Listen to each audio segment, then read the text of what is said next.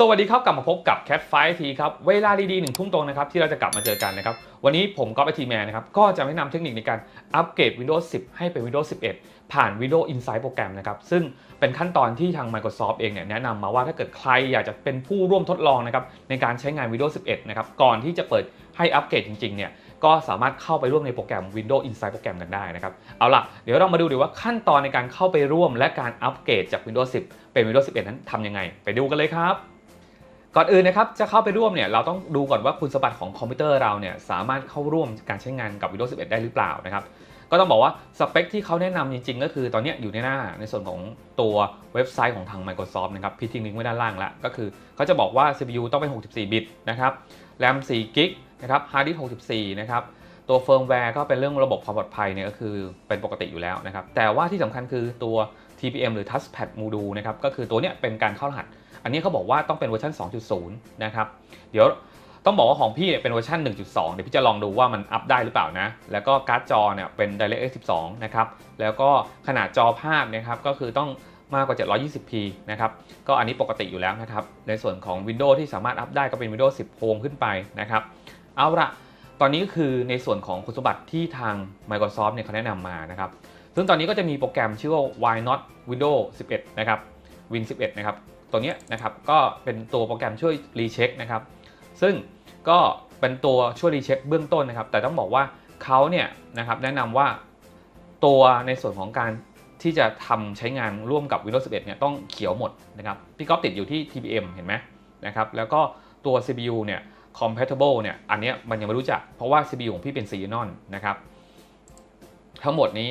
ใครเจอแบบนี้และอยากรู้ว่าอัพได้ไหมเดี๋ยวเรามาลองพร้อมกันนะครับ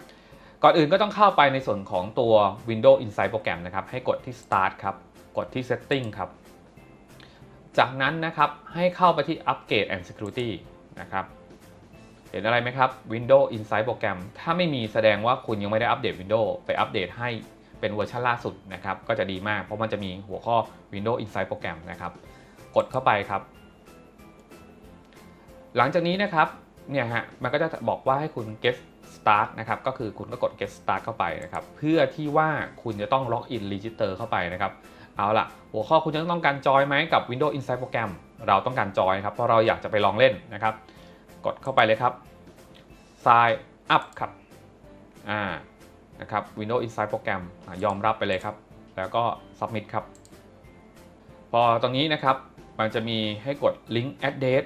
อันนี้ลองกดเข้าไปครับก็คือไปที่เมลของเรานะครับก็กดเข้าไปในเมลของเรานะครับกด confirm นะครับก็คือมันจะเป็นการระบุว่าเราเนี่ยอีเมลอะไรนะครับตัวนี้เราก็กดก็คือกดในส่วนของ DV Channel นะครับก็เนี่ยฮะ develop นะครับกดเข้าไปเลยครับ confirm นะครับ confirm นะครับมันให้ restart ก็ต้อง restart now ครับหลังจากนี้ก็รอครับว่าrestart เสร็จแล้วจะเป็นยังไงอันนี้อัปเดตพร้อมกันเลยพี่ก๊อฟก็ไม่แน่ใจว่ามันเมื่อมันติด TPM เวอร์ชันที่พี่ก๊อฟมีอยู่ 1.2 เนี่ยมันจะใช้งานได้หรือเปล่าเพราะว่าจริงๆ TPM เนี่ยเริ่มเวอร์ชัน 2.0 เนี่ยเพิ่งเริ่มมาไม่นานเองนะเพราะดั้งเดิมเนี่ยส่วนมากจะเป็น TPM เวอร์ชัน 1.2 มาก่อนนะครับแต่โดยส่วนตัวพี่คิดว่านะถ้ามาจำกัดว่า Windows 11 ต้องมี TPM เวอร์ชัน 2.0 เนี่ยพี่ว่าน่าจะยากเพราะว่าคอมพิวเตอร์ในปัจจุบันเนี่ยนะครับมันไม่ได้ระบุว่าคอมพิวเตอร์ส่วนตัวหรือส่วนบุคคลนะครับในตามคอน sumer เนี่ยมี TPM มาหรือเปล่าอันนี้ก็ต้องไปลองดูพอรีบูตเครื่องเสร็จแล้วนะครับก็ให้กดไปที่ในส่วนของ start นะครับกดมาที่ setting ครับจากนั้นกดมาที่ update and security นะครับแล้วก็จริงๆต้องบอกว่าถ้ามันยังไม่ขึ้นอันนี้นะครับก็คือยังไม่ขึ้น Windows Update Insight ในการดาวน์โหลดนะให้คุณกดเช็คอัปเดตนะครับพอกดเช็คอัปเดตแล้วก็มันจะทำการดาวน์โหลดตัว Windows 11 ในการดาวน์โหลดเนี่ยก็ต้องบอกว่าแบนด์วิดต์อินเทอร์เน็ตหรืออินเทอร์เน็ตที่ใช้เนี่ยก็ต้องแรงพอสมควรนะเพราะว่าถ้าเกิดการใช้งานอินเทอร์เน็ตที่เน็ตบ้านบางอย่างเนี่ยถ้าเกิดเราใช้งานเน็ตที่บ้านแล้วเผอิญว่าในช่วงที่เราดาวน์โหลดแล้วมีการใช้งานอินเทอร์เน็ตเยอะๆนะครับอาจจะมีผลว่ามันดาวน์โหลดช้านะครับอันนี้ไม่ต้องกังวลนะก็ให้สังเกตดูว่าตอนนี้นะครับมันยังดาวน์โหลดอยู่หรือเปล่านะครับตัวเปอร์เซ็นต์เนี่ยมีการดาวน์โหลดลงมาไหมนะครับสังเกตตรงนี้เท่านั้นเองนะครับแล้วก็รออย่างเดียวครับ พอดาวน์โหลดเสร็จนะครับเจ้าตัว Windows เนี่ยจะทำการ install ลงไปในเครื่องให้อัตโนมัตินะครับไม่ต้องทำอะไรเพิ่มนะครับจะแตกต่างกับตัวที่หลายคนไปดาวน์โหลดไฟล์ image ที่เป็นไฟล์หลุดออกมานะต่างกันนะอันนี้จะเป็นแบบเวอร์ชันที่ก็ถูกต้องก็คือเวอร์ชันที่เราทำอยู่เนี่ยคือเป็น Windows 10 Insider โปรแกรมนะครับเป็นการดาวน์โหลดและติดตั้งให้เลยนะครับอันนี้ก็จะเป็นสิ่งที่ Microsoft แนะนำนะเอาลองดูนะครับว่ามาลุ้นกันว่าตัว TVM ของพี่เวอร์ชัน 1.2 เนี่ยจะผ่านไหมนะครับเอาละครับตอนนี้ install มันขึ้นมา 100% แล้วนะครับก็ต้องบอกว่าโอ้ใช้เวลานานพอสมควรเลยนะก็ใครที่อยากจะใช้ในการอัปเกรดจาก Windows 10 เป็น Windows 11 เนี่ยก็ต้องใช้เวลานะครับต้องดูก่อนว่าเราสะดวกหรือเปล่านะครับก็ตอนนี้นะครับอัปเดตไปแล้วนะครับต่อ 100% แล้วนะซึ่งตอนนี้ขนาดฮาร์ดไดรฟ์พี่เป็น Solid State นะก็ต้องใช้เวลาใครที่ฮาร์ดไดรฟ์เป็นปกติอย่างเป็นพวกจานหมุนเนี่ยต้องใช้เวลาพอสมควรเลยนะก็อดทนกันมาหน่อยนะเอาละครับตอนนี้มันขึ้นว่าให้เรา Restart นะครับตอนนี้ต้อง Restart เพื่อจะเข้าเป็น Windows 11 นะครับเดี๋ยวเรามา Restart ไปพร้อมกันครับครับตอนนี้เราอยู่บนหน้าจอ Windows 11 แล้วนะครับในส่วนของการใช้งานนะครับเอกลักษณ์ก็คือตัวแท็บบาร์จะอยู่ตรงกลางนะครับจากเดิมที่อยู่ด้านซ้ายนะครับแล้วก็ปุ่ม Start กดเข้าไปได้เลยครับปุ่ม Start เนี่ยพอกดเข้าไปเนี่ยจะมีหน้าในเรื่องของ Pin นะครับก็คือไอตัวแอปพลิเคชันหลักที่เราใช้ประจำนะครับจะอยู่ตรงนี้นะครับซึ่งเริ่มต้นนะครับ Microsoft จะเป็นคนคัดมาให้เรานะต่อมาก็คือ Recommend ก็คือตัวไฟล์ที่เราใช้ประจำอย่างไฟล์งาน Word Excel PowerPoint หรือตัวโปรแกรมที่เราเปิดเป็นประจำเนี่ยไฟล์พวกนี้นะครับจะอยู่ตรงนี้นะครับอีกอันนึงก็คือ All โปรแกรมครับที่เราต้องเข้าไปดูนะครับคือ All โปรแกรมเนี่ยนะครับเราสามารถเปิดเข้าไปใน All โปรแกรมก็ได้หรือจะเซตให้ตัวเจ้านี้นะครับอย่างสมมติผมจะเซตไลน์ให้ไปอยู่ใน Pin to Start นะครับกด Pin to Start ปุ๊บแล้วกดเข้าไปที่ All ครับแล้วจะเห็นว่าเห็นไหมโปรแกรมตัวนี้ก็เข้ามาแล้วนะครับก็สะดวกดีนะครับเพิ่มเติมลงมาด้านล่างครับ2อันนี้ที่เราต้องสังเกตก็คือเรื่องของ Account เราครับแล้วก็ตัว Lock Account Sign Out Account ได้ครับอีกอันก็คือปุ่ม Power On Off นะครับจะเป็นการกด Power นะครับปิด Shutdown นะครับเนี่ยฮะกดเข้าไปก็มี Sleep มี Shutdown มี Restart ตรงนี้นะครับก็ดูเหมือนกับการย่อไอคอนให้มันเล็กลงนะครับดูง่ายๆขึ้นนะครับนี่คืออันแรกก่อนนะครับนี่คืออันแรกแล้วก็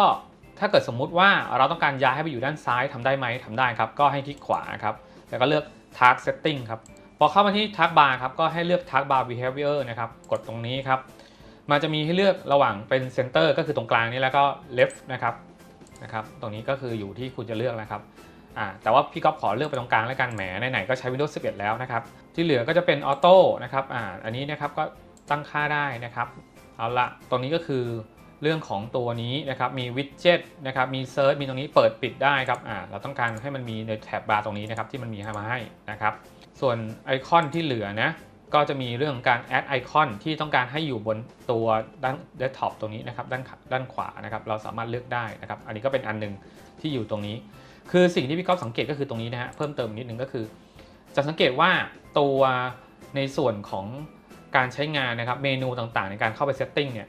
จะมีไอคอนให้มันดูแสดงสถานะให้ดูสวยงามมากขึ้นนะครับแล้วก็ไอคอนรายละเอียดเนี่ยมันจะย่อยให้ดูง่ายขึ้นอย่างเช่น display เงี้ยก็จะอยู่ในโหมดนะครับพี่ก๊อฟจะไล่ในส่วนของการตั้งค่าบางส่วนนะครับที่มันจำเป็นให้ฟังนะอันดับแรกคือ display นะครับdisplay ตัวนี้นะครับเราสามารถกดเข้าไปตั้งค่าได้ตอนนี้พี่ก๊อฟใช้อยู่ในส่วนของ display มีทั้งหมด3หน้าจอนะครับแต่ว่า2หน้าจอพี่ก๊อฟโค้ดให้เหมือนกันนะแล้วก็ display กันหนึ่งก็คือเราสามารถกดดูว่าเป็น display ไหนได้นะครับ identify display ได้นะครับแล้วก็เรื่องของ multi display ตรงนี้เราเลือกได้เห็นไหมฮะ mirror หรืออะไรพวกนี้เราเลือกได้นะครับการ detect นะครับ identify เนี่ยก็กดตรงนี้ก็จะรู้ว่าตัวนี้อยู่จอไหนนะครับแล้วก็ delete display ได้ด้วยก็คือเราปิด display ไหนที่เราไม่ต้องการได้ด้วยนะครับอยู่ในหัวข้อนี้นะเพิ่มขึ้นมานะครับในไลท์ครับก็คือปรับให้โทนสีทุ้มสว่างนะครับอันนี้ก็คือเราอยู่ที่เราต้องการให้มันซอฟต์สายตาหรือเปล่าอันนี้ใช้ได้ทั้งตัวเดสก์ท็อปแล้วก็ตัวแท็บเล็ตนะครับแล้วก็ตัวในเรื่องของ Color นะครับอันนี้ก็อยู่ในเรื่องของมอนิเตอร์จอนะครับก็คือชื่อโปรไฟล์ไม่มีอะไรนะครับเรื่องของ Recommend เรื่องของ Layout นะครับก็สามารถเลือกได้อันนี้ก็เป็นเลือกแบบ 100% อยู่นะครับแล้วก็ Recommend ที่ตัวจอที่เขาให้มาก็คือเราสามารถปรับความละเอียดได้นะครับตัวเรื่องของโหมดนะครับปรับเป็นแนวตั้งแนวนอนตรงนี้ปรับได้นะครับมาที่โหมดกราฟิกนะครับก็ตรงนี้นะครับก็มาดูที่การแอดในส่วนของตัว โปรแกรมนะครับอันนี้ก็สามารถเลือกได้นะครับเพิ่มเติมนะในส่วนของการเซตนะครับอยู่ในดิสเพย์อันนี้ก็ต้องบอกไอคอนมันดูสวยงามมากขึ้นนะครับมาที่หัวข้อบลูทูธนะครับบลูทูธก็จะมีเรื่องของรายละเอียดก็ดูง่ายขึ้นเหมือนกันนะครับมีเมาส์มีคาเมล่านะครับดูได้เนี่ยนะครับสามารถแอดเพิ่มได้นะครับก็เป็นบลูทูธนะอันนี้เป็นบลูทูธอยู่ข้อบลูทูธกับ device นะครับก็กด add นะครับตรงนี้ได้เลยนะครับบลูทูธนะครับในส่วนของตัว Network นะครับ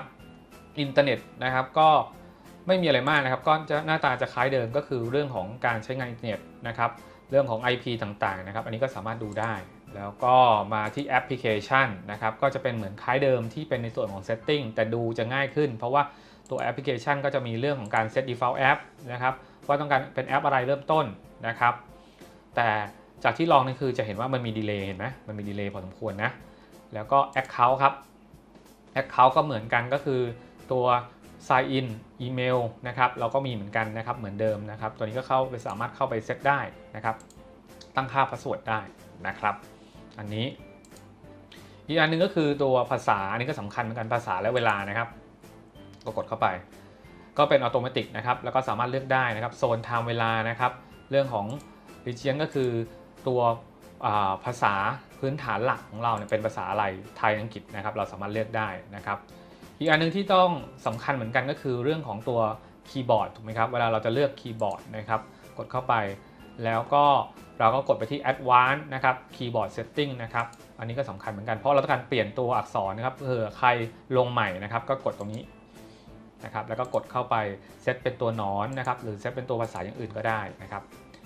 Gaming ก็คือ Xbox Game Bar นะครับก็จะมีหัวข้อนี้อยู่นะครับยังมีอยู่นะแต่มันมีเพิ่มขึ้นมาคือ Cap นะครับอันนี้ก็คือหัวข้อ Cap นะอันนี้ก็จะเป็นเรื่องของอยู่ในโหมด Gaming นั่นแหละแต่ว่ามีการเซตรายละเอียดก็คือเหมือนเดิมเลย2ชั่วโมง4ชั่วโมงนะครับหน้าตาอาจจะไม่คุ้นจากเหมือนเดิมกับ Windows 10 แต่อยู่ในหัวข้อเดียวกันก็คือเซตคล้ายๆกันนะครับสามารถเลือกได้60เฟรมเหมือนเดิมนะครับ Quality นะครับก็มี Standard กับ High อันนี้ก็ไม่มีอะไรปกตินะครับตัวอื่นก็คือเรื่องของฟอนต์พวก Text อะไรพวกนี้นะครับก็มีตัวอันนี้เป็นการเซตเพิ่มเติมซึ่งพี่ก็ไม่แนะนำว่าให้เซตนะอันนี้ควรจะปล่อยมันเป็นของ Windows นะครับถ้าไม่จำเป็นไม่ต้องไปเซตมันเพราะเดี๋ยวมันจะมีปัญหาว่าค่าสีตัวอักษรฟอนต์ไม่ตรงนะครับตัวข้อ Privacy และ Security อันนี้เพิ่มขึ้นมานะครับจากเดิมมันจะเป็น Windows ใช่ไหมครับ Security Update นะครับอยู่รวมกัน2อันนี้นะครับตอนนี้แยกกันนะครับก็จะเป็นเรื่องของตัว Windows Security เปิดขึ้นมานะครับในตัว Windows Antivirus นะครับก็มีเหมือนกันนะครับยังมีอยู่ก็คือกดเข้าไปปุ๊บก็จะหน้าตาคล้ายเดิมนะในส่วนของตัว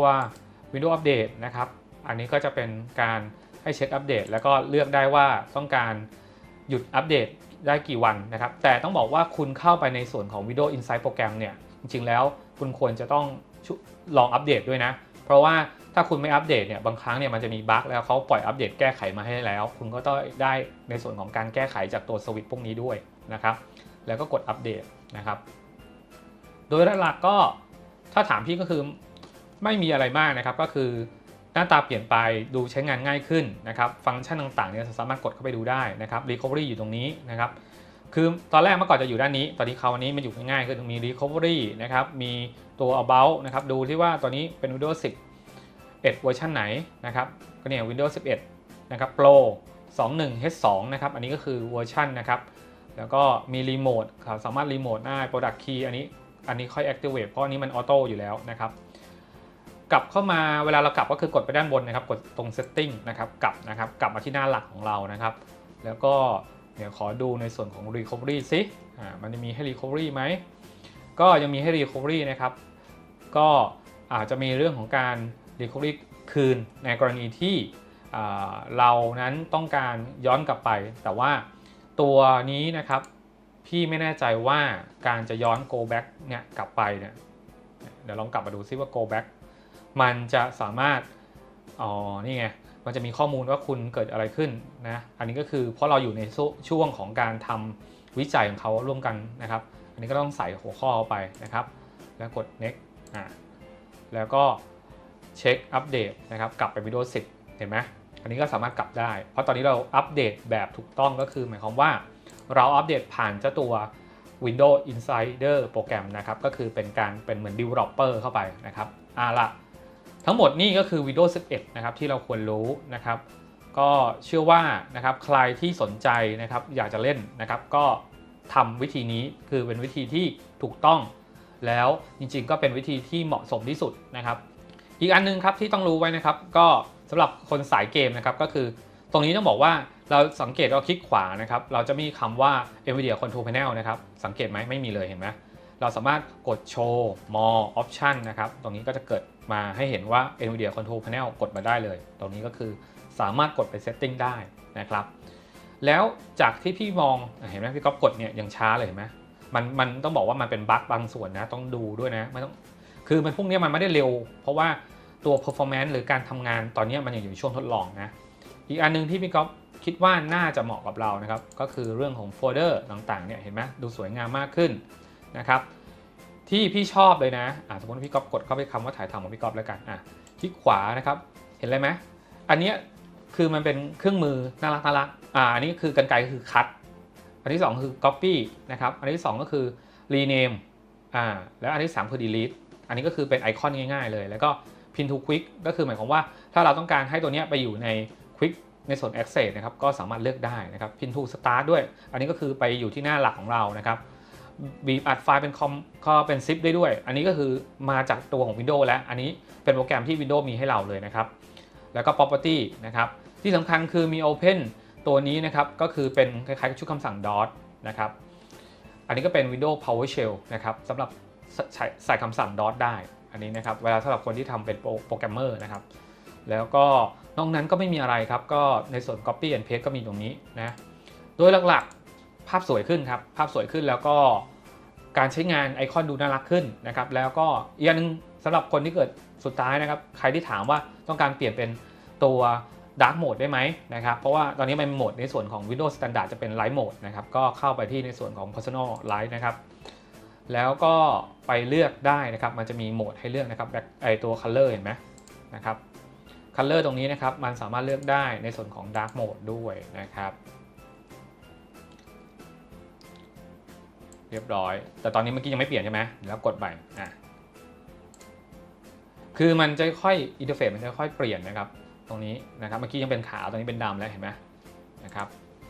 ก็ต้องบอกว่าใครที่กำลังสนใจต้องการอัปเกรดจาก Windows 10 เป็น Windows 11 ในช่วงเวอร์ชันทดลองนะครับก็ทำตามคลิปนี้เชื่อว่าจะได้ประโยชน์แน่นอนครับและนี่ก็คือขั้นตอนในการอัปเดต Windows 10 เป็น Windows 11 ผ่านตัว Windows Insight โปรแกรมนะครับซึ่ง Microsoft เนี่ยแนะนำมาว่าใครที่สนใจก็สามารถทำการอัปเกรดได้ทันทีนะครับเอาละฮะถ้าชอบคลิปนี้และเห็นว่าคลิปนี้มีประโยชน์นะครับช่วยกดไลค์กดแชร์พี่ด้วยนะครับแล้วต้องขอบคุณทุกกำลังใจในการกดติดตาม Subscribe นะครับอยากเพิ่มกำลังใจเราช่วยกดติดตามครับกด Subscribe และกดกระดิ่งครับจะได้ไม่พลาดคลิปใหม่ๆนะครับแล้วพบกันใหม่ในคลิปต่อไปกับ Cat Fight ทีครับ